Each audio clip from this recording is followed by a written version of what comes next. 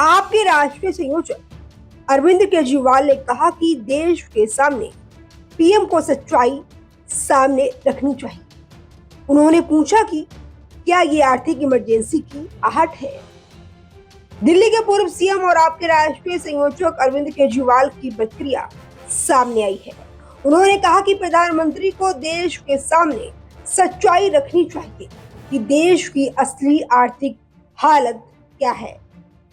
उन्होंने कहा कि क्या यह आर्थिक इमरजेंसी की आहट है, क्या देश भारी आर्थिक संकट में फंस गया है। ऐसा तो देश में पहले कभी नहीं हुआ। अरविंद केजरीवाल ने अपने एक पोस्ट में कहा कि पीएम ने देश के सभी नागरिकों को खाने पीने में कटौती करने की सलाह दी है, साथ ही घूमने फिरने और विदेश यात्राओं में कटौती करने की भी सलाह दी है। साथ ही सोना और अन्य कीमती चीजें खरीदने में भी कटौती करने की सलाह दी है। क्या ये आर्थिक इमरजेंसी की आहट है, क्या देश भारी आर्थिक संकट में फंसा हुआ है। ऐसा तो देश में पहले कभी नहीं हुआ। प्रधानमंत्री जी को देश के सामने सच्चाई रखनी चाहिए, आखिर देश की असली आर्थिक हालत क्या है। दरअसल रविवार 10 मई को पीएम मोदी ने तेलंगाना में एक जनसभा को संबोधित करते हुए कहा कि एक साल तक सोना ना खरीदें। उन्होंने लोगों से अपील की कि खाने में तेल और विदेश की टूर में कटौती करें।